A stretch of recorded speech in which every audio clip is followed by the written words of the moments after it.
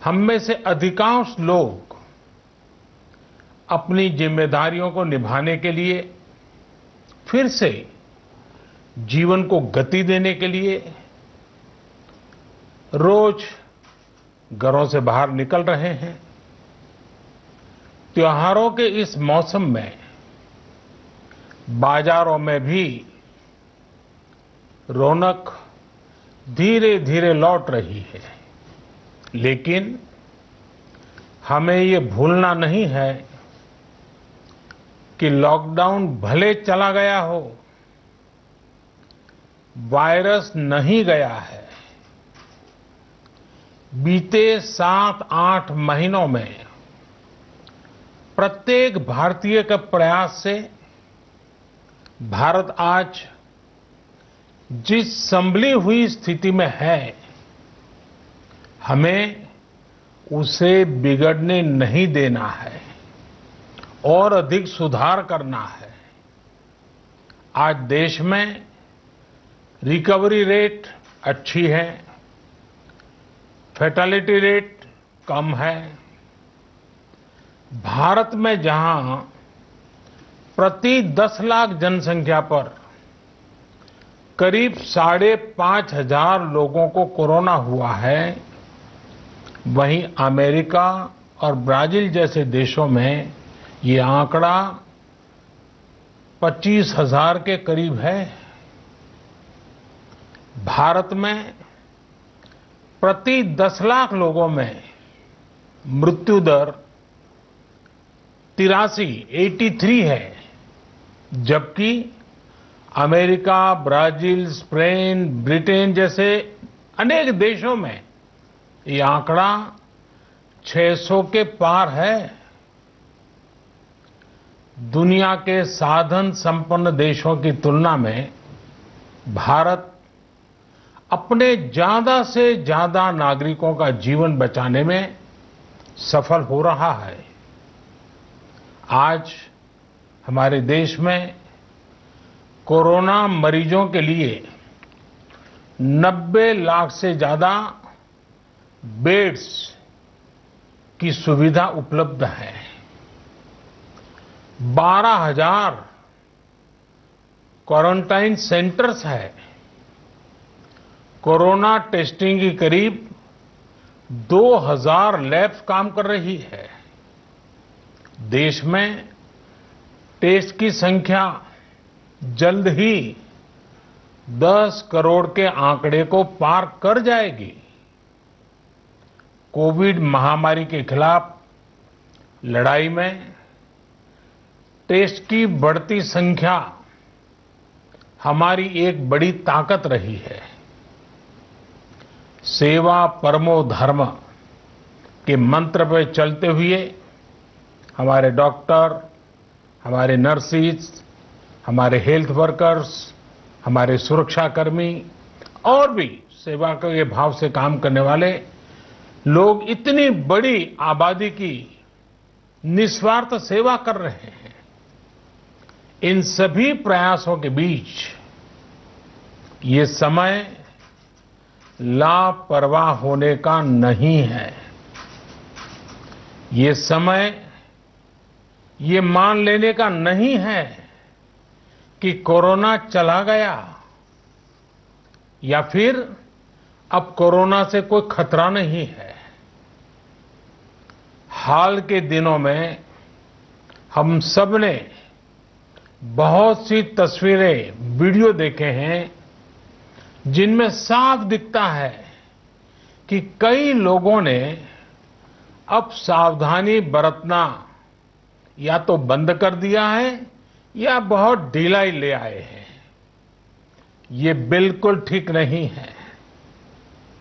अगर आप लापरवाही बरत रहे हैं, बिना मास्क के बाहर निकल रहे हैं, तो आप अपने आप को, अपने परिवार को,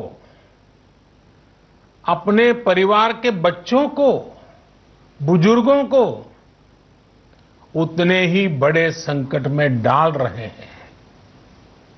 आप ध्यान रखिए, आज अमेरिका हो, या फिर यूरोप के दूसरे देश, इन देशों में कोरोना के मामले कम हो रहे थे, लेकिन अचानक से फिर से बढ़ने लगे हैं और चिंताजनक वृद्धि हो रही है। साथियों, संत कबीरदास जी ने कहा है, पक्की खेती देखी के गर्व किया किसान, अजहू जोला बहुत है, घर आवे तब जान। अर्थात कई बार हम पक्की हुई फसल देखकर ही अति आत्मविश्वास से भर जाते हैं कि अब तो काम हो गया, लेकिन जब तक फसल घर न आ जाए तब तक काम पूरा नहीं मानना चाहिए। यही कबीरदास जी कह के गए हैं। यानी जब तक सफलता पूरी न मिल जाए, लापरवाही नहीं करनी चाहिए। साथियों, जब तक इस महामारी की वैक्सीन नहीं आ जाती, हमें कोरोना से अपनी लड़ाई को रत्ती भर भी कमजोर नहीं पड़ने देना है। बरसों बाद हम ऐसा होता देख रहे हैं कि मानवता को बचाने के लिए युद्ध स्तर पर पूरी दुनिया में काम हो रहा है। अनेक देश इसके लिए काम कर रहे हैं। हमारे देश के वैज्ञानिक भी वैक्सीन के लिए जी जान से जुटे हैं। भारत में अभी कोरोना की कई वैक्सीन पर काम चल रहा है। इनमें कुछ एडवांस स्टेज पर हैं, आशास्पद स्थिति दिखती है। साथियों, कोरोना की वैक्सीन जब भी आएगी, वो जल्द से जल्द प्रत्येक भारतीय तक कैसे पहुंचे, इसके लिए भी सरकार की तैयारी जारी है। एक एक नागरिक तक वैक्सीन पहुंचे, इसके लिए तेजी से काम हो रहा है। साथियों, रामचरितमानस में बहुत ही शिक्षाप्रद बातें हैं, सीखने जैसी बातें हैं, लेकिन साथ साथ अनेक प्रकार की चेतावनियां भी हैं। जैसे रामचरितमानस में बहुत बड़ी बात कही गई है, रिपु रुज पावक पाप। रिपु रुज पावक पाप, प्रभु अहि गनीय न छोट करी। अर्थात आग, शत्रु, पाप यानी कि गलती और बीमारी, इन्हें कभी छोटा नहीं समझना चाहिए। जब तक इनका पूरा इलाज न हो जाए, इन्हें हल्के में नहीं लेना चाहिए। इसलिए याद रखिए, जब तक दवाई नहीं, तब तक ढिलाई नहीं। त्योहारों का समय हमारे जीवन में खुशियों का समय है, उल्लास का समय है। एक कठिन समय से निकलकर हम आगे बढ़ रहे हैं। थोड़ी सी लापरवाही हमारी गति को रोक सकती है, हमारी खुशियों को धूमिल कर सकती है। जीवन की जिम्मेदारियों को निभाना और सतर्कता, ये दोनों साथ साथ चलेंगे, तभी जीवन में खुशियां बनी रहेगी। 2 गज की दूरी, समय समय पर साबुन से हाथ धुलना और मास्क लगाना, इसका ध्यान रखिए। और मैं आप सबसे करबद्ध प्रार्थना करता हूं, आपको मैं सुरक्षित देखना चाहता हूं, आपके परिवार को सुखी देना चाहता हूं। ये त्योहार आपके जीवन में उत्साह और उमंग भरे, ऐसा वातावरण चाहता हूं। और इसलिए मैं बार बार हर देशवासी से आग्रह करता हूं। मैं आज अपने मीडिया के साथियों से भी, सोशल मीडिया में जो सक्रिय हैं उन लोगों से भी बड़े आग्रह से कहना चाहता हूं कि आप जागरूकता लाने के लिए, इन नियमों का पालन करने के लिए जितना जन जागरण अभियान करेंगे, ये आपकी तरफ से देश की बहुत बड़ी सेवा होगी। आप जरूर हमें साथ दीजिए, देश के कोटि कोटि जनों को साथ दीजिए। मेरे प्यारे देशवासियों, स्वस्थ रहिए, तेज गति से आगे बढ़िए और हम सब मिलकर के देश को भी आगे बढ़ाएं।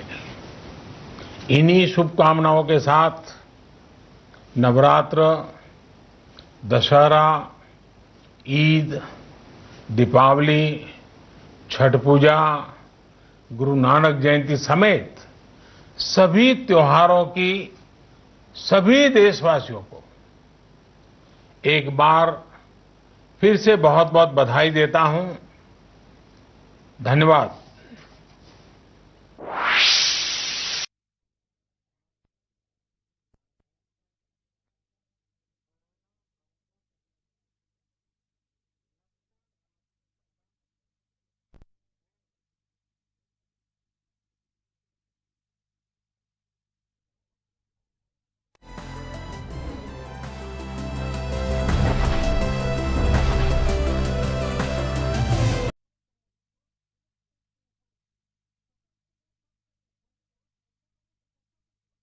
नमस्कार, खास खबर में आप सभी का स्वागत है। मैं हूं डॉक्टर प्रभात। आज प्रधानमंत्री नरेंद्र मोदी का संबोधन रहा और उस संबोधन को लेकर कई तरह के कयास लगाए जाने लगे। कोरोना काल में प्रधानमंत्री नरेंद्र मोदी का यह 7वां संबोधन था। इससे पहले कोरोना को लेकर उन्होंने कई तरह की बातें कही। बार बार जब ये कयास लगाए जाते हैं तो बात की जाती है, उम्मीद की जाती है कि वो कुछ उन मसलों पर भी बोलेंगे जो इन दिनों सबसे ज्यादा चर्चाओं में है। जैसा कि संबोधन से पहले राहुल गांधी ने भी कहा कि उन्हें चीन की सीमा पर बोलना चाहिए, उन्हें अर्थव्यवस्था पर बोलना चाहिए, लेकिन उनका यह संबोधन रहा कोरोना काल में सावधानी को लेकर, जो पिछले सारे जो संबोधन रहे उनसे काफी कुछ मिलता जुलता है। त्योहार के मद्देनजर थोड़ा सा नयापन इसमें जरूर हो सकता है, लेकिन क्या इस संबोधन के साथ दूसरे जो मुद्दे हैं जो फिलहाल मुंह बाहे देश के सामने खड़े हैं, उन मुद्दों को लेकर भी कोई बात सामने रखनी चाहिए थी या फिर यह संबोधन ठीक था, कोरोना काल को लेकर ही अपील की जानी चाहिए थी? इस विषय को लेकर बातचीत करेंगे। हमारे साथ कुछ खास मेहमान जुड़े हुए हैं। कांग्रेस विचारक के तौर पर डॉक्टर वरुण पुरोहित जी हमारे साथ इस चर्चा में जुड़े हैं। इसके अलावा भाजपा प्रतिनिधि के तौर पर हमारे साथ आशीष चतुर्वेदी जी जुड़े हैं। वरिष्ठ पत्रकार श्याम सुंदर शर्मा जी हमारे साथ इस चर्चा में मौजूद हैं। सबसे पहले वरुण जी, आपसे मैं इस चर्चा में शुरुआत करना चाहूंगा इस सवाल के साथ। जैसा राहुल गांधी ने कहा कि उन्हें चीन सीमा पर बोलना चाहिए, उन्हें अर्थव्यवस्था को लेकर बोलना चाहिए, क्योंकि कोरोना को लेकर सावधानी की अपील काफी की जा चुकी है। आप इस संबोधन को किस नजरिए से देखते हैं? देखिए, संबोधन तो प्रधानमंत्री करते हैं तो हर आदमी की इच्छा रहती है, हर आदमी की जिज्ञासा रहती है कि कुछ ना कुछ जो वर्तमान समस्या आम आदमी जिससे जूझ रहा है, देश जूझ रहा है, उस पे वो संबोधन करेंगे। तो वो बड़े बड़े कई इश्यूज को वो उन्होंने गौण कर दिया। कोरोना भी बहुत बड़ा इश्यू था, उन्होंने उसमें कहा भाई सावधानी बरतिए, और वही जो दिन भर विज्ञापन आ रहे हैं, हाथ धोइए, डिस्टेंसिंग रखिए, सब बात कही। उन्होंने एक बात और इंपॉर्टेंट कही कि कोरोना हमारे यहाँ कम हो गया, इसका मतलब नहीं कि दूसरी वेव नहीं आ सकती जैसे यूरोपियन देशों में आई है। तो इससे मैं एक इन्फ्रेंस निकालता हूं कि क्या कहीं बहुत बड़ा खतरा कोरोना का आने वाला है। तो प्रधानमंत्री ने सुबह से सस्पेंस लगाया, ट्विटर कराया कि भाई ट्विटर मुझसे जुड़ो, क्यों जुड़ो, ये मेरी अभी तक समझ में नहीं आया। आशीष जी इस पे प्रकाश ज्यादा डाल लेंगे, श्याम सुंदर जी इसकी विवेचना करेंगे। मेरे ये समझ में नहीं आ रहा प्रभात जी कि आप सुबह से इसको एज एन इवेंट बनाया, सस्पेंस क्रिएट किया। हमको ऐसा लगा कि रोटी रोजगार पे कुछ बोलेंगे, कोई आर्थिकी पे बोलेंगे, कोई चाइना के संकट पे बोलेंगे, या कोई और जो भी समस्या देश की इस समय मोस्ट इंपॉर्टेंट है उनके ऊपर बोलेंगे। Corona is also one of that part. लेकिन कोरोना में ना तो ये उन्होंने ये करा कि वैक्सीन इतने दिन में आ जाएगा। वैक्सीन की जो हम रोज न्यूज में सुनते, भाई वैक्सीन पे रिसर्च हो रही है, 2 महीने में आएगा, 4 महीने में आएगा। तो उन्होंने जो संबोधन किया है इसका औचित्य मुझे तो जो है लग रहा है कहीं ऐसा नहीं हो कि दूसरी वेव आ रही है, इसलिए उनको प्रिकॉशन देने के लिए वो टीवी पर आए कि भाई पहले मैं तुमको थोड़ा सा कॉशियस कर रहा हूं कि सेकंड वेव आ सकती है। लेकिन और चीजों पे जैसे राहुल जी ने भी प्रश्न उठाया, और लोगों ने प्रश्न उठाया। आज मैं नेशनल चैनल देख रहा था, बहुत बड़ी पत्रकार ने भी कहा भाई ऐसा सस्पेंस क्यों क्रिएट करते हो, आप बोल सकते थे भाई कोरोना पे प्रधानमंत्री शाम को आपसे चर्चा करेंगे, अपना बयान देंगे या जो भी देंगे, लेकिन आप इवेंट की जैसे सस्पेंस करते हो और फिर निकलता कुछ नहीं है। उससे क्या है, देशवासियों में बहुत ज्यादा, खास तौर से युवाओं में, किसानों में एक निराशा का भाव जागृत हो जाता है। अब हम दिन भर से बैठे थे, दोपहर से सारे चैनल कह रहे थे भाई प्रधानमंत्री देखेंगे, तो हमको लगा भाई त्योहार का टाइम है, या तो कोई इकोनॉमिक पैकेज देंगे बेरोजगारों के लिए, या कोई चाइना, बहुत बड़ा संकट है हमारे पूरे बॉर्डर्स पे इस समय, पाकिस्तान और चाइना, इस पे कोई वक्तव्य आएगा जिससे भाई आम आम जनता को, देश को कोई तैयारी करनी है, क्या करना है, वो चीज समझ में नहीं आई। अच्छा, दूसरी बात क्या है कि विश्वसनीयता इस सरकार की इसलिए कम होती जा रही है, चाइना अग्रेशन में प्रधानमंत्री कुछ बोले, रक्षा मंत्री कुछ बोले, आप डेटा पार्लियामेंट में दो नहीं, और आप फटाफट से फार्मर्स जो संबंधित एक्ट है उनमें बदलाव कर दो, लेबर एक्ट में बदलाव कर दो, और रेलवे LIC को फटाफट बेचने लग जाओ। ये चीजों के क्या है दिमाग में, मैं आम आदमी के हिसाब से बोल रहा हूँ, राजनीति के हिसाब से नहीं बोल रहा हूँ, लोगों में क्या अविश्वास पैदा हो गया, कुछ कंफ्यूजन पैदा हो गया, भाई ये हो क्या रहा है देश के साथ। तो प्रधानमंत्री को ये बोलना चाहिए था, आगे आके बोलना चाहिए कि प्राइवेटाइजेशन क्यों कर रहा हूं मैं इन संस्थाओं का। भाई बहुत बड़ी, सबसे बड़ी लाइफलाइन रेलवे है, LIC, दूसरे जो हमारे संस्थान है, उसमें स्टेटमेंट आना चाहिए। अदरवाइज या तो पार्लियामेंट बुलाइए, जो हमारे प्रतिनिधि वहां क्वेश्चन हो, जो बहस होती है वहां उस बहस को जनता के सामने आती है, या फिर आप जब पार्लियामेंट नहीं हो सकता इस कोरोना काल में, आप नहीं बुला पा रहे हो, या जो भी है वो बड़े लोग समझे, केंद्र के इनकी ज्यादा, आशीष जी ज्यादा प्रकाश डालेंगे, तो आप देश के सामने जो समस्या है इस समय, जो मोटी मोटी, उनपे तो आप कुछ स्टेटमेंट दोगे ना। आप जो आपने कोरोना पे इतनी सस्पेंस करने के बाद ये जो स्पीच उनकी आई है, उससे तो मुझे लगता है कि बहुत बड़ा खतरा दोबारा आने की उम्मीद हो सकती है कोरोना की, इसलिए वो अचानक से आकर के उन्होंने ये चीज बोली है। तो ये भी सावचेत करने की बात है कि भाई कोरोना दोबारा आ सकता है, तो या तो हम भ्रमण बंद करें, आर्थिकी का क्या होगा, लोग बाहर नहीं निकलेंगे, कैसे करेंगे। ये चीज जो है इस पे उन्होंने प्रकाश नहीं डाला, इसलिए नैराश्य का भाव आम जनता के बीच में डेवलप हो गया। जी आशीष जी, जब शुरुआत इस भाषण की करने वाले थे, उससे पहले खुद मोदी ने ट्विटर के जरिए, सोशल मीडिया के जरिए सबसे ये कहा कि ज्यादा से ज्यादा संख्या में लोग इस अपील से जुड़े, सोशल मीडिया पर एक दूसरे के साथ जुड़े। लेकिन जब भाषण की शुरुआत हुई तो बाकी सारे भाषणों की तरह, सारे संबोधनों की तरह इसमें भी सिर्फ कोरोना को लेकर बातचीत की गई। जैसा वरुण पुरी जी कह रहे हैं कि अगर ये डर है कि कोरोना का सेकेंड फेज आने वाला है तो उसके लिए किसी संबोधन की जरूरत नहीं है, सीधा लॉकडाउन लगा दिया जाना चाहिए, सारी बातें उससे भी सॉल्व हो जाती हैं। अर्थव्यवस्था, चीन मुद्दा, बेरोजगारी, इसके अलावा निजीकरण, मतलब ऐसे कई मुद्दे हैं जिनको लेकर उनसे जवाब की अपेक्षा की जाती है। ऐसे में कोरोना को लेकर बहुत बड़ी अपील भी नहीं करना, लॉकडाउन की कोई बात नहीं करना, अनलॉक की कोई बात नहीं करना, यह अपील सिर्फ एक सिंपल बयान के तौर पर भी दी जा सकती थी, लेकिन सीधा प्रसारण उसका होता है और उसमें यह अपील की जाती है कि आप सब शाम 6 बजे जुड़िए और देश के नाम संबोधन में पूरी जनता उनके साथ ज्यादा से ज्यादा संख्या में जुड़े। तो बात तो सही है कि जो अपेक्षाएं पूरी पैदा कर दी गई दिन भर सोशल मीडिया पर, उस अपेक्षा के मुताबिक ये भाषण नहीं रहा, वो बातें गौण रही इसमें जिनका जनता को इंतजार था। आशीष जी। प्रभात जी, देखिए ऐसा है, हर चीज में हम राजनीति का चश्मा चढ़ाएंगे ठीक नहीं है। नरेंद्र मोदी जी ने जो ये देश को संबोधन किया है वो देश के प्रधानमंत्री के नाते किया है, और हम सबको भी उसके प्रजा के नाते ही उसको सुनना चाहिए, ना कि हमको कि हम कांग्रेसी हैं या फिर हम बीजेपी के वर्कर हैं, इस तरह से हमको नहीं लेना चाहिए। और वो देश के प्रधानमंत्री, उन्होंने बीजेपी के नेता के रूप में देश को संबोधन नहीं दिया है। जहां तक बात है अन्य मुद्दों की, तो देखिए ये बहुत पहले से लग रहा था, जहां तक मैं भी काफी सोशल मीडिया को देख रहा था और काफी न्यूज चैनल भी मैंने फॉलो किए हैं, तो सब पे अल्टीमेटली यही आ रहा था कि प्रधानमंत्री जी का जो संबोधन है वो कोरोना को लेकर के ही होगा। अब ये तो राहुल गांधी जी ट्वीट करते हैं और उनके मन में जो भी आता है कि साहब इस पे बोलिए, हम 15 मिनट में चीन को बाहर खदेड़ देंगे। तो उनके पास इतने वर्षों तक उनकी सरकार रही और 1962 के बाद भी वो सरकार में काबिज रहे और चीन ने अपना कब्जा बनाए रखा। तो उनको क्या 15 मिनट उस समय नहीं मिले क्या कांग्रेस की सरकार को कि वो चीन को बाहर फेंक देते? आज के संबोधन पे बोलो ना यार। नहीं, मैं बोल रहा हूँ, वरुण जी मेरी बात सुनिए। देखिए उन्होंने बोला है, देखिए वरुण जी ने ट्वीट किया है। वरुण जी मेरी बात सुनिए, सुनते हैं आशीष जी को, उनको सुन के फिर आपसे मैं आपसे इसका रिप्लाई दूंगा। देखिए राहुल गांधी जी ने ट्वीट किया है कि प्रधानमंत्री जी से अपील की कि आप चाइना पे बोलिए, इसलिए मैं यहाँ पे बोल रहा हूँ। पॉइंट तो लाना पड़ेगा ना। और देखिए जहां तक सेकेंड वेव की बात है, तो मोदी जी ने बहुत अच्छे से राष्ट्र को समझाया है कि अन्य राष्ट्रों की तुलना में भारत में कोरोना की स्थिति खराब नहीं है। यदि हम केसेस वाइज देखें, डेथ पर मिलियन वाइज देखें तो हमारे यहाँ पर स्थिति अभी संभली हुई है। साथ में उन्होंने स्वयं ने कहा, देखिए अभी हम सब सुन रहे थे तो उन्होंने कहा कि मैं कई ऐसे वीडियोस देखता हूँ जहाँ पे लोग सावधानी नहीं बरत रहे हैं, मास्क नहीं पहन रहे हैं। तो उन्होंने लोगों को समझाया है, एज ए पैटर्न उन्होंने देश को समझाया है। और मुझे लगता है जो उन्होंने किया है वो देश के प्रधानमंत्री की हैसियत से बहुत अच्छा है, क्योंकि लोग उनको सुनते हैं। देखिए जब लोग उनको सुनते हैं तो लोग उनकी बात भी मानते हैं। जी आशीष जी, लेकिन चलिए मैं भी कह रहा हूं कि आज जो संबोधन था किस मायने में आप इसे नया मानेंगे?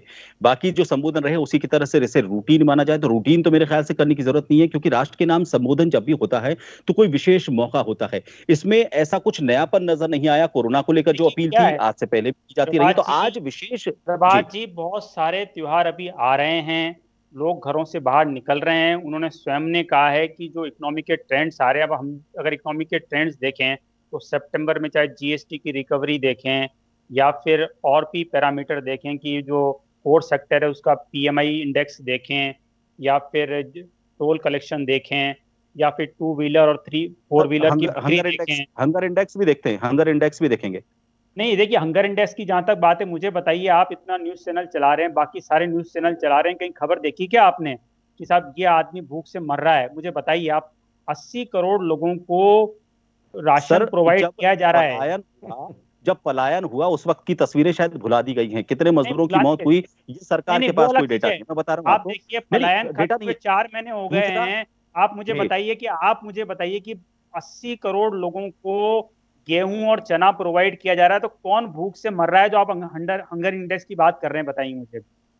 मैं ये कह रहा हूं सर, सारे डेटा की इंडेक्स की बात मुझे बताइए कि अभी तक, चलिए मैं हमें बताइए कि अभी तक अगर बात कर रहे हो आप, मजदूरों को डेटा अगर नहीं दे पा रहे हैं तो कहीं ना कहीं कमी तो है ना। फिर 80 करोड़ बांटने का पूरा डेटा दे दिया कि 80 करोड़ लोगों को बांट दिया गया, लेकिन कितने मजदूरों की मौत हुई वो डेटा हमारे पास नहीं है। तो फिर सवाल कहां गलत है? ये आशीष जी सुन पा रहे मुझे? जी प्रभात जी, मैं ये कह रहा हूं कि अगर मान लीजिए हमारे पास मजदूरों की मौत का डाटा नहीं है लेकिन कितनों को हमने राशन बांटा, ये पूरा का पूरा डेटा हमारे पास है, तो फिर विरोधाभासी चीजें तो हो ही रही है क्या? एक तरफ तो पूरा डाटा है नहीं हमारे पास और दूसरी तरफ वो डाटा है जो कि सरकार के फेवर में दिखता हुआ नजर आता है। प्रभात जी, इस पे मैं टिप्पणी नहीं कर सकता हूं, क्योंकि जहां तक डेटा कलेक्शन की बात है तो डेटा आता कहां से है? अगर कोरोना के डेटा की अगर हम बात करें तो कोरोना का डेटा कहां से आ रहा है? सब स्टेट से ही तो आ रहा है। राजस्थान से अलग आ रहा है, महाराष्ट्र से अलग आ रहा है, एमपी से अलग आ रहा है। तो ये बताएं ना, राजस्थान में कितने लोगों की डेथ हुई, ये बताएं। ये कि राजस्थान में कोरोना काल में कितने प्रवासी मजदूरों की डेथ हुई और कितने प्रवासी आए, बताएं। और कितने प्रवासियों को इन्होंने मनरेगा में रोजगार दिया, ये बताएं। मनरेगा का पूरा डेटा है उनके पास, पूरा दिया हुआ है। चलिए मैं आऊंगा ना राजस्थान। श्याम जी भी हमारे साथ जुड़े हुए हैं। मैं श्याम जी की भी एक टिप्पणी लेकर फिर हम इस पर जो सवाल इस पे निकल कर आ रहे हैं उनको लेकर आपके पास लौटेंगे। श्याम जी, आज के भाषण को लेकर अपेक्षाएं, उम्मीदें, उसके बाद जो भी भाषण में बातें कही, संबोधन, मैं भाषण भी नहीं इसको संबोधन अगर कहूं तो मेरे ख्याल से ठीक है, क्योंकि संबोधन में भी कई तरह की अपेक्षाएं होती है, वो अलग मायने में होती है। आप आज के इस संबोधन को किस नजरिए से देखते हैं श्याम जी? देखिए प्रभात जी, प्रधानमंत्री का कोई भी संबोधन निश्चित रूप से देश के हित में होता है। देश में हित में तो कर ही नहीं सकते वो बात। अगर जनता को वो आज वो संदेश देना चाहते हैं कि जिस प्रकार से हम कोरोना काल में जिस स्थिति में आज खड़े हैं, देश जिस स्थिति में खड़ा है, अगर हमने अपने आप को उनकी नियमों की पालना नहीं की तो आने वाला समय संकट दे सकता है। उन्होंने देखिए, ये उन्होंने सीधे सीधे तौर पर कहा कि आज अमेरिका की स्थिति ले लें, ब्राजील की स्थिति ले लें, तो उन्होंने सोचा था कि संकट समाप्त हो गया है, लेकिन वहां फिर घिर गया है वो। तो अब देखिए हमारे यहाँ 10 लाख पर 5,500 लोग कोरोना पीड़ित हो रहे हैं। उन्होंने कहा कि हमारे यहाँ मरने वालों की संख्या भी 83 है, और जबकि वहां पर कोरोना 25,000 को है और मरने वालों की संख्या 600 है। तो वह चिंताजनक स्थिति है।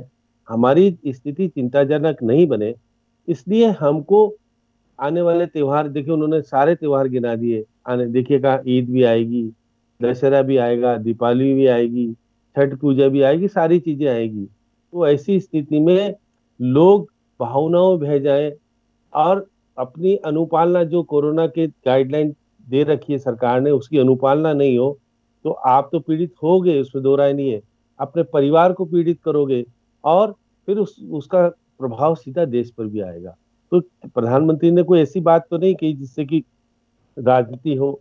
ये बात सही है कि आज वो बोल रहे थे तो उन्होंने कहा था कि हम आर्थिक स्थिति से कुछ सुधरे, हमारा हालात पहले जितने थे उतने नहीं है, हम अन लॉकडाउन की स्थिति में, और लॉकडाउन के बाद हमारी स्थिति सुधरी है कुछ। हम लोगों भी काम पे गए हैं और कोशिश रोज काम पे भी जा रहे हैं, लेकिन हमें सतर्कता बरतनी ही पड़ेगी।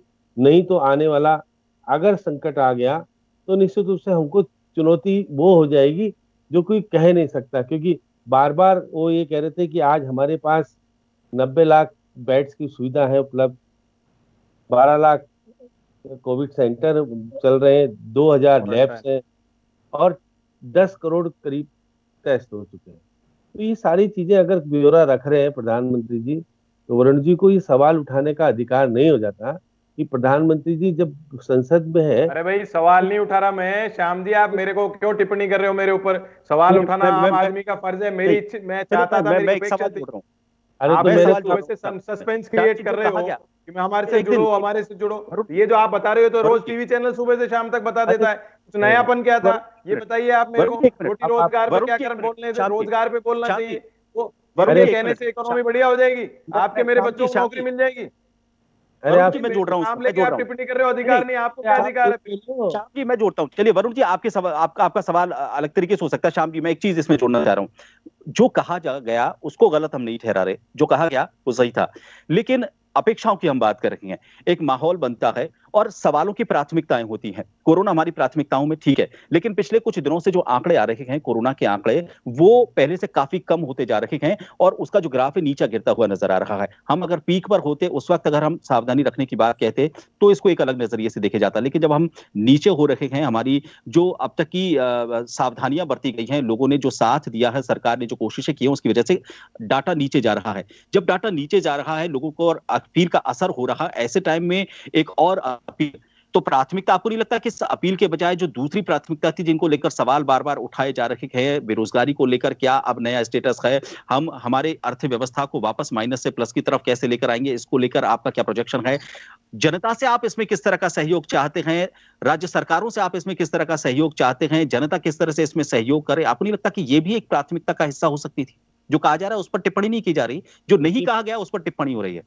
देखिए प्रभात जी, उन्होंने कहा कि मीडिया इस जन जागरण को अधिक से अधिक फैलाए। उन्होंने कहा कि मैं देख रहा हूं कि लापरवाही बरती जा रही है।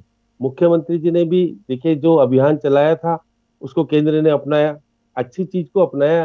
तो आज स्थिति ये है कि वो चाह, अब देखिए जो चीज कह रहे हैं, अब उन्होंने ये तो नहीं कहा कि हम लापरवाही बरती जा रही है। आप खुद देख रहे हैं कि किस तरह से चुनावी प्रचार में लोग जा रहे हैं, बिना मास्क के जा रहे हैं, सारी स्थितियां बिगड़ रही है, सब कुछ हो रहा है। बिहार चुनाव हो रहा है, हमारे यहाँ नगर निगम चुनाव हो रहे हैं। ऐसी स्थिति में यदि कोई अपील कर सके, क्योंकि आज की स्थिति में वो कोई घोषणा नहीं कर सके कि बिहार चुनाव है, पहले हो सकती थी, पहले हो जाता। चुनाव को लेकर भी कोई अपील नहीं की, त्योहारों को लेकर ही बोला, चुनाव को लेकर कुछ नहीं बोला क्योंकि बिहार में चुनाव है। हाँ, चुनाव को लेकर इसलिए नहीं बोल सकते क्योंकि ये राष्ट्र के नाम संबोधन था और उन्होंने साफ साफ तौर पर कहा कि रामचरितमानस का उन्होंने उदाहरण दिया कि उसमें बहुत अच्छाई भी है, तो चेतावनी भी दी गई है, बीमारी को छोटा ना समझे। उन्होंने कहा बीमारी को छोटा ना समझे, वो विकराल रूप कब ले सकती है, इसलिए अपने परिवार को और खुद को सावधानी पूर्वक रखें। ये बात सही है कि देश में आज बहुत बड़ी चुनौती है, आर्थिक स्थिति खराब है, निश्चित रूप से बेरोजगारी बढ़ी है, 14 करोड़ लोग बेरोजगार भी हुए हैं। ये सारी बातें आज अगर वो डिस्कस का विषय करें तो 2 दिन 3 दिन भी लगेंगे तो भी पूरा नहीं हो सकता। देश की स्थिति है खराब, ये बात सही है, इसमें दो राय नहीं है। मैं नहीं कह सकता कि वो प्रधानमंत्री को या हमको सबको आज की स्थिति में यदि वो कहें, उन्होंने साफ साफ तौर पे कहा कि लापरवाही अधिक बढ़ गई है, उस पर कंट्रोल किए जाने की जरूरत है, उसको मीडिया भी अपनाए और सोशल मीडिया भी अधिक से, हर एक व्यक्ति का दायित्व बनता है कि जो लोग इसकी अनुपालना नहीं कर रहे वो अनुपालना कैसे हो, इस पे हमको रणनीति तैयार करनी पड़ेगी, प्रत्येक नागरिक को, सरकार को और सबको। तो हम उस संकट में, आने वाला जो संकट है, क्योंकि देखिए जब हमारे यहाँ बिल्कुल कम केसेस थे तो हमने लॉकडाउन किया, अब हम लॉकडाउन करने की स्थिति में आएंगे तो फिर वही है कि हमारी आर्थिक स्थिति जो सुधरने लगी है वो फिर खत्म हो जाएगी। इसलिए हमको कोरोना के साथ जीना है और कोरोना के साथ जीना है तो उसकी सावधानियों को बरतते हुए जीना है, जिससे कि हम पर प्रभाव नहीं पड़े ज्यादा। जिस प्रकार से स्थितियां हैं, अगर वो स्थितियां हो गई तो जब विकसित देश उसको नई कामयाबी में हो पा रहे हैं, तो भारत तो उस स्थिति में है भी नहीं कि अगर यहाँ वो स्थिति बन गई तो हम नहीं बचा पाएंगे लोगों को। आज भी कई जगह कहने की स्थिति हाउसफुल है, किसी गरीब व्यक्ति को बेड नहीं मिल पाता, बाकी सारी चीजें होती है, चुनौतियां हैं, लेकिन जो पहले दिन स्थिति थी वो आज नहीं है। देश ने बहुत कुछ पाया है, बहुत कुछ किया है। वैक्सीन के लिए कहा कि प्रत्येक नागरिक को वैक्सीन की मिले, ये सारी चीजें आज के दिन अगर मैं कहूँ कि प्रधानमंत्री ने बोला वो कुछ भी प्रभाव लोगों तक नहीं पहुंचेगा, ये बात गलत है। लेकिन निश्चित रूप से कहा जाना चाहिए देश की आर्थिक स्थिति कमजोर है और उसको हम कैसे सुधारा जाएगा, आम व्यक्ति कैसे अपना जीवन जिए इस कठिन परिस्थितियों में, इस तरह से सरकार किस प्रकार से क्या क्या कर सकती है, ये सारी बातें सबको करना पड़ेगा। लेकिन आज की स्थिति में यदि कह दें कि सरकार ही सब कुछ करेगी, आम व्यक्ति कुछ नहीं करेगा, तो मान के चलेगा कि आने वाला कल जो हम आर्थिक स्थिति कमजोर है और कमजोर हो जाएगी। इसलिए अब लॉकडाउन की बात नहीं कर रहे हो, हमको जीना भी इसके साथ है, सावधानियां भी बरतनी है, और सावधानी नहीं बरतेंगे तो निश्चित रूप से हर व्यक्ति, कोई भी एक व्यक्ति अगर परिवार में पीड़ित होता है तो उसका पूरा परिवार पीड़ित हो सकता है या उसकी जान भी जा सकती है, बहुत सारी परिस्थिति हो सकती है। तो इसलिए हम प्रधानमंत्री को ये नहीं कहें कि वो अपील नहीं कर सकते। अब केवल देखिए आज चीन की बात को लेकर के क्या बात करें, वो तो पार्लियामेंट में डिस्कस हुआ ही है, सारी बातें हुई, उन्होंने सारी बातें बताई भी, सब कुछ हुआ। कोरोना को लेकर भी कुछ चीजें पार्लियामेंट में आई और पार्लियामेंट की सेशन भी सीमित इसलिए किया गया कि कोरोना तेजी से फैले नहीं। 45 सांसद थे कोरोना पीड़ित, हम राजस्थान में भी देखते हैं कि पीड़ित है। तो ऐसी स्थिति में कोरोना नहीं बढ़े, कोरोना सीमित रहे, और जिस प्रकार से हर नागरिक ने अपनी तैयारियां जिस प्रकार से की है और जो जो उसके नियम और गाइडलाइन है उसकी अनुपालना नहीं हो रही है, इसलिए प्रधानमंत्री ने आज संबोधन में कहा कि मैं देख रहा हूं कि लापरवाह हो रहे लोग, इस लापरवाही को रोकना होगा, और रोकने के लिए हम सबको आगे आना पड़ेगा। जन जागृति अभियान में मीडिया के लिए भी कहा उन्होंने और बाकी सबके लिए कहा। तो हमारे मुख्यमंत्री जी ने तो ये पहले ही कर दिया। देखिए 2 अक्टूबर से जन जागरण अभियान अगर मुख्यमंत्री अशोक गहलोत ने चलाया तो उनको कहा तो नहीं किसी ने, उन्होंने कहा कि गैर राजनीतिक है, हम सबको मास्क पहनाएंगे या 2 गज की दूरी रखेंगे और बाकी हाथ धोने का सारा जो सिस्टम अपनाने की बात बार बार जो कह रहे हैं कि यदि ये हो जाएगा तो हम उसको कंट्रोल कर लेंगे। अब ये मुख्यमंत्री का बयान को केंद्र ने अपना लिया और देश को अपनाने की बात करें तो इसमें है क्या बुराई? प्रधानमंत्री को इसकी तारीफ तो विदेश में भी हुई है जी। नो मास्क नो एंट्री के अभियान की तो विदेश में भी तारीफ हुई है, इसको लेकर वहां पर भी पोस्टर जारी किए गए हैं। वरुण जी, आप अपनी बात कहना चाह रहे थे, लेकिन मैं उसमें एक चीज और जोड़ना चाहूंगा। कोरोना को लेकर जो भी बातें आज कही गई थी उनमें क्या कमी आपको नजर आती? चलिए सिर्फ हम अगर कोरोना को लेकर बात करते हैं, हम नहीं चाहते कि हमने जो सियासी अपेक्षाएं की थी वो हमारी अपेक्षाएं गलत थी, अगर हम उसको गलत भी मान लेते हैं तो कोरोना को लेकर आपको लग रहा है कि और भी कई चीजें थी? कोरोना वैक्सीन को लेकर हम किस स्टेज तक पहुंच चुके हैं, कितने लोगों पर उसका परीक्षण किया जा चुका है, इसकी जानकारी दी जानी चाहिए थी, और अब कितना समय और लगेगा, उसकी क्या रूपरेखा तय की गई है, उसकी जानकारी दी जानी चाहिए। तो कोरोना को लेकर आपको क्या कमियां इसमें नजर आती है, जो भी बातें अगर कोरोना से संबंधित की गई हैं आज? तो बाजी, पहली बात तो कोरोना के अलावा जो मुद्दे हैं वो सियासी मुद्दे नहीं है। रोटी रोजगार का मुद्दा सियासी मुद्दा नहीं होता है, चीन का मुद्दा सियासी मुद्दा नहीं है। आम जनता को, देश को बताना पड़ेगा। अभी श्याम जी ने खुद ने कहा भाई अशोक गहलोत जी ने जो करा उसको फॉलो कर लिया केंद्र ने, तो ठीक है, एक दूसरे की अच्छी बात है तो फॉलो करनी चाहिए देश के हित में। अशोक गहलोत जी ने एडवांस कर लिया, मोदी जी ने थोड़ा दिन बाद में कर लिया, उनके संबोधन पे कोई क्वेश्चन ही नहीं है। हम ये कह रहे हैं कि प्रधानमंत्री एक देश के होते हैं, उससे जिज्ञासा होती है, आदमी को अपेक्षा होती है ये मेरे 4-5 जो मोटे मुद्दे उस पर वो हमको कोई गाइडलाइन देंगे, वो नहीं है। ये जो आप बता रहे हो उन्होंने अपील करी तो सब मान ही रहे, तो उन्होंने कहा थाली कटोरे बजाओ, सबने मनाया। उन्होंने कहा लॉकडाउन में घर में रहो, सब पूरा देश घर में था। उन्होंने कहा कैंडल जलाओ, सब देश घर में था। लेकिन आज जो संकट सबसे बड़ा लोगों के सामने आर्थिकी का है, रोटी रोजगार का है, अभी उस पर आप संबोधन करते उचित रहता। आप चाइना का जो मामला था, अब राहुल गांधी पे फट, राहुल गांधी नहीं बोले, अरे भाई सांसद नहीं बोले तो पार्लियामेंट आप चल नहीं रही है। पार्लियामेंट में बता रहा हूं, मैं अलग होकर कांग्रेस राजनीति नहीं आ रहा, कांग्रेस बीजेपी। जब आप अभी श्याम जी ने भी कहा प्रधानमंत्री भी कोरोना के साथ जीना सीखना होगा, अरे भाई तो कोरोना के साथ पार्लियामेंट चलाना भी तो सीखना होगा। वो क्यों नहीं बुला रहे हो? जनता की वॉइस तो वही होती है। और सारी पार्टियों को बोलना चाहिए ये चीज, सारी पार्टियों को सोशल डिस्टेंसिंग गाइडलाइन मान करके पार्लियामेंट में बातें करनी चाहिए। राहुल गांधी जी को भी मांग करनी चाहिए भाई पार्लियामेंट चले, और मोदी जी को भी पार्लियामेंट बुलानी चाहिए। चलो वो नेताओं की बात है, मैं आपको कह रहा हूं अभी बात करने लग जाते हैं 1962 से क्या कर रहे थे। अरे भाई 7 साल में 7 विमान आपने नहीं बनाए, राफेल अब आया है। आप जो कांग्रेस या जो भी राज रहा है ना 60 साल में, उसी के ऊपर आप पाकिस्तान को धमका रहे हो, उसी के ऊपर आप चाइना से आके दिखा रहे हो लाल। आके लाल ऐसे नहीं दिखाई जाती, सामान था, पका पकाया माल था, इसलिए आप उस चीज का मजा ले रहे हो। आज टेक्नोलॉजी जो हम ले रहे हैं ना, राजीव गांधी उसके जनक थे। अब वो क्रेडिट तो मजदूर से लेके ऊपर तक पूरे देश का ही होता है, जो देश के लिए मेहनत करता है। ये चीजें आप क्वेश्चन मत उठाओ, मैं राजनीति नहीं कर रहा हूं। मेरा सिर्फ ये प्रश्न था कि प्रधानमंत्री हैं वो तो नेचुरल प्रधानमंत्री, तो जो भी होगा, लाल बहादुर शास्त्री जी थे, उन्होंने पाकिस्तान की लड़ाई के टाइम अपील करी तो बृहस्पतिवार का गुरुवार का पूरा देश ने खाना अन्न छोड़ दिया था। तो वो प्रधानमंत्री की अपील तो मोदी जी की नहीं मानी गई पूरे देश ने। लेकिन दूसरे जो मुद्दे हैं, आप मुझे बताइए, रोटी रोजगार का मुद्दा नहीं है क्या? आप जब 1962 की बात करने लग जाते हो, मुझे आप बताइए, नेहरू जी प्रधानमंत्री नहीं थे, इंदिरा जी प्रधानमंत्री नहीं थी, राजीव जी नहीं थे, डॉक्टर मनमोहन सिंह जी पे आप टिप्पणी करते हो प्रधानमंत्री नहीं थे।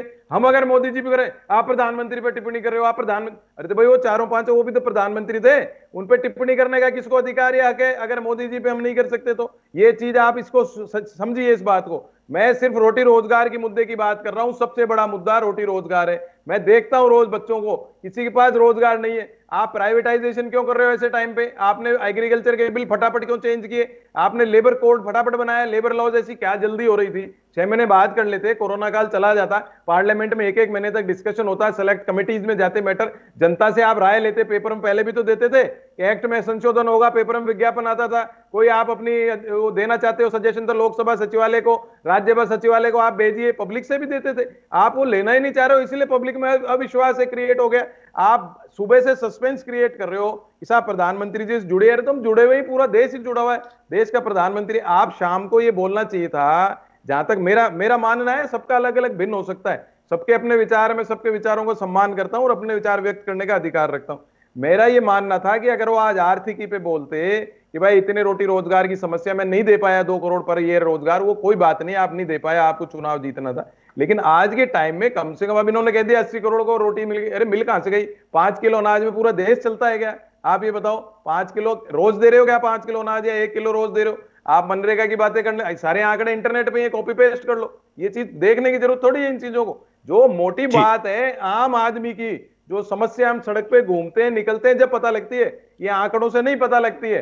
आप जाएंगे तो आप देखिए घर घर में रोजगार की समस्या है, इतने मानसिक तनाव में लोग बाग जिसकी कोई हद नहीं है। अब आप, मैं कांग्रेस और बीजेपी नहीं करना चाहता, ये पूरे देश की समस्या हो गई है, इसको निदान करना, इसका निदान निकालना बहुत आवश्यक है। नहीं तो ये जो अराजकता बढ़ रही है ना, आप कहते हो, ये तो फट से कहते हैं राजस्थान में इतना क्राइम बढ़ रहा है, मैं कह दूंगा यूपी में बढ़ रहा है। अरे भाई वो क्राइम का कारण भी यही बढ़ रहा है। अगर रोटी रोजगार का संकट नहीं सॉल्व करेंगे तो ये बहुत भयावह स्थिति होने वाली है कोरोना के साथ साथ इस चीज की। और मैं जो प्रश्न उठाया था दूसरा, कि उन्होंने अभी श्याम जी बोले चेतावनी दी है प्रधानमंत्री ने, हालांकि चेतावनी शब्द का उन्होंने इस्तेमाल नहीं किया भाषण में, उन्होंने खाली अपील की भाई आप ध्यान रखो सब देने। लेकिन मैं कह रहा हूं क्या उनका फीलिंग थी। अरे भाई फीलिंग प्रधानमंत्री तो करेगा ही, प्रधानमंत्री को तो दर्द होगा, जनता का प्रतिनिधि प्रधानमंत्री है। मैं किसी प्रधानमंत्री पे क्वेश्चन नहीं करता, प्रधानमंत्री को कोई भी प्रधानमंत्री देश के खिलाफ काम थोड़ी करेगा, पर देश में हमारा हक होता है क्योंकि डेमोक्रेसी है।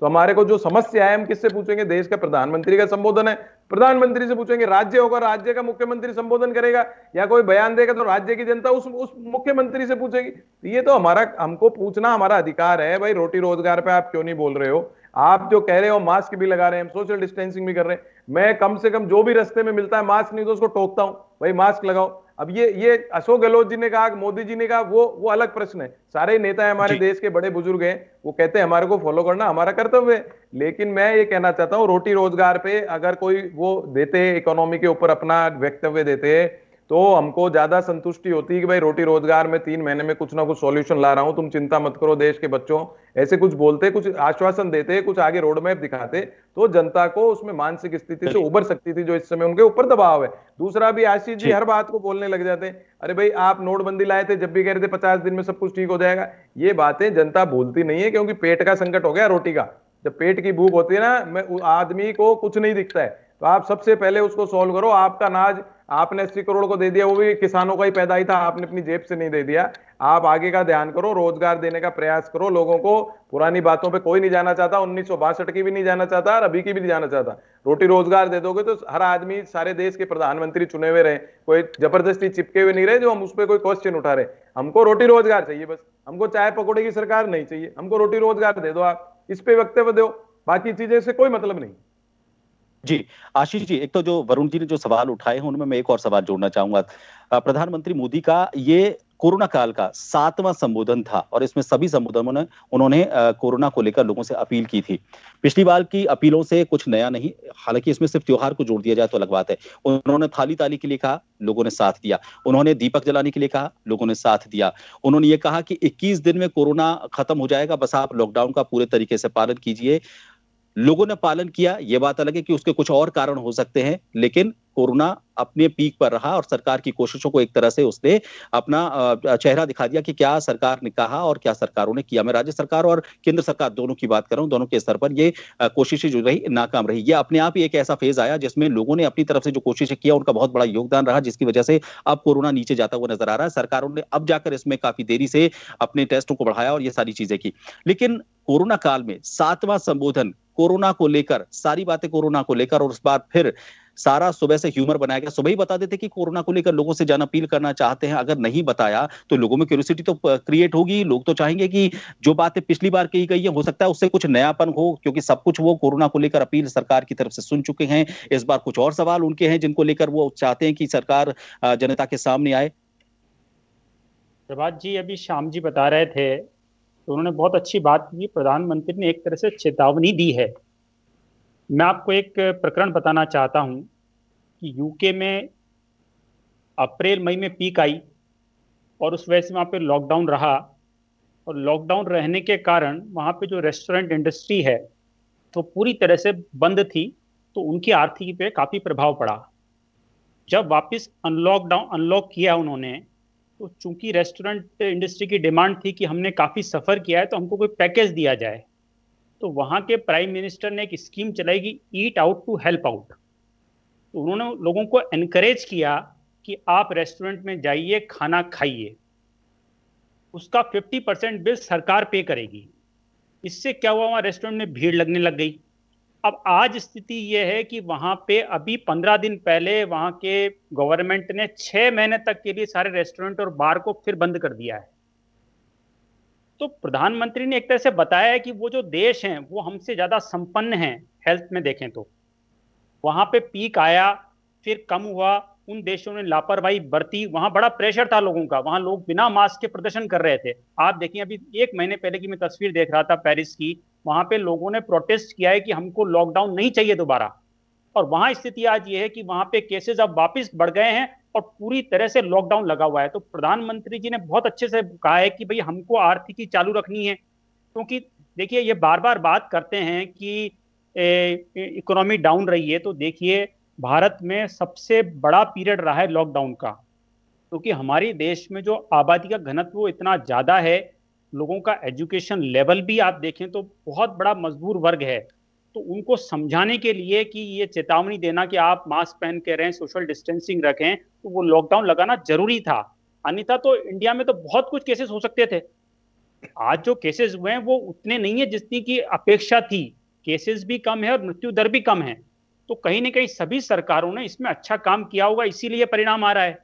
तो अगर हम चेतावनी देंगे और इस तरह से, जैसे उन्होंने स्वयं ने बात की कि मैं ऐसे वीडियो देख रहा था, तो कहीं ना कहीं लोग असावधानी बरत रहे हैं ना। तो एज ए देश के प्रधानमंत्री के नाते उन्होंने सभी जनता को बताया कि आप सावधानी बरतें।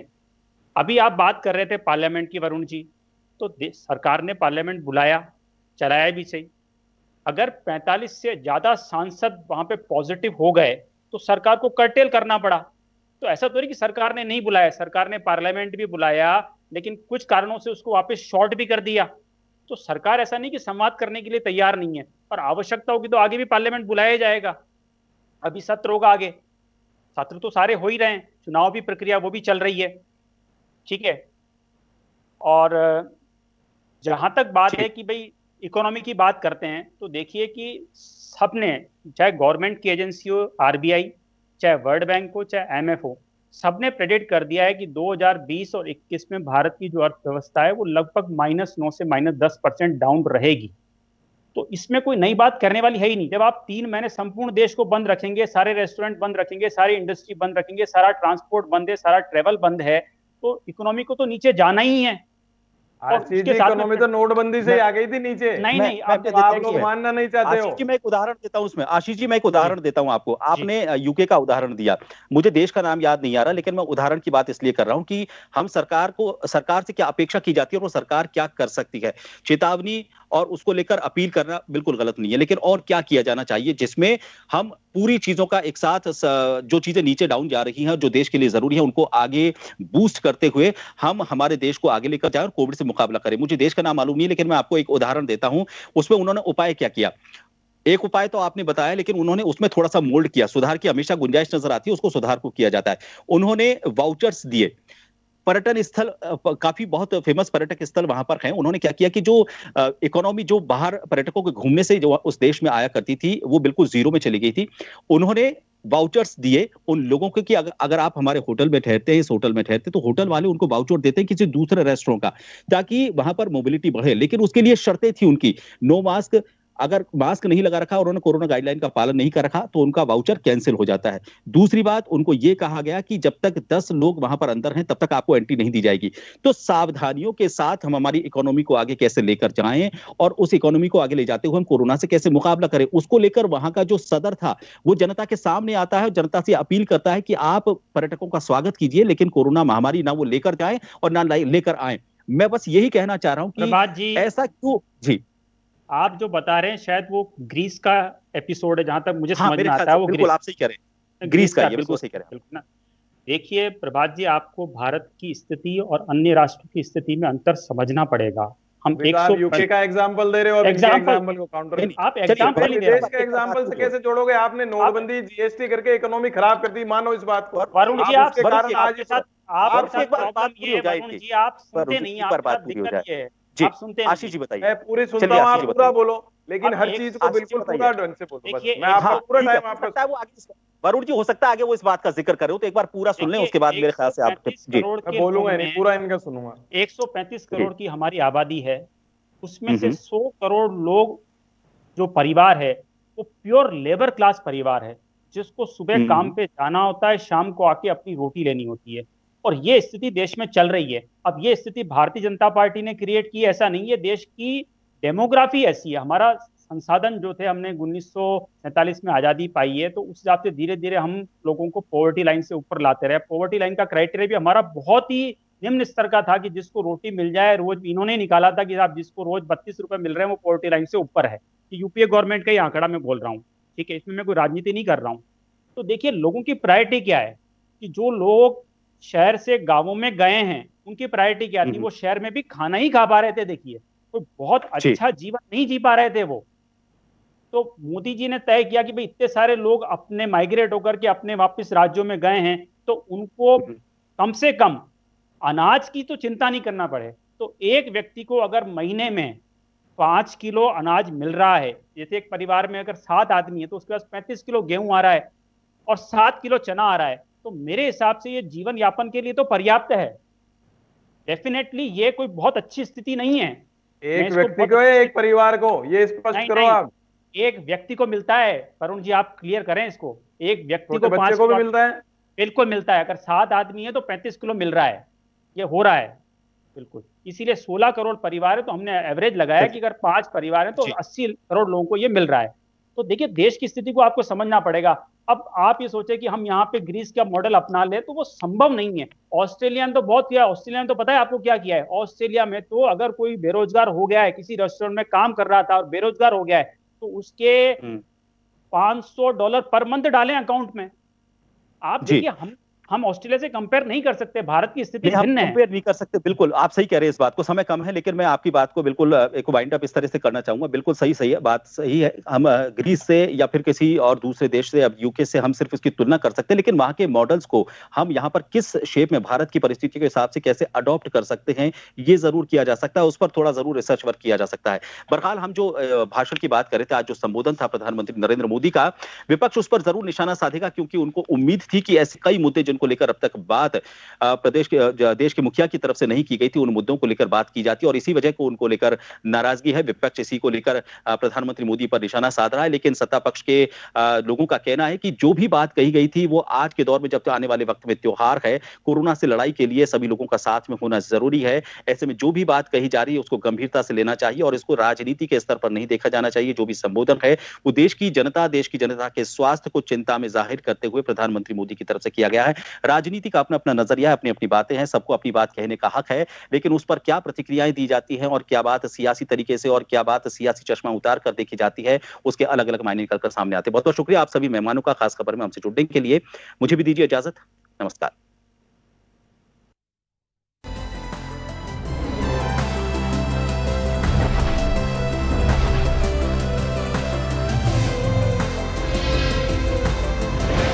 जन टीवी की लेटेस्ट अपडेट पाने के लिए हमारे चैनल को जरूर सब्सक्राइब करें और नोटिफिकेशन पाने के लिए बेल आइकॉन दबाएं।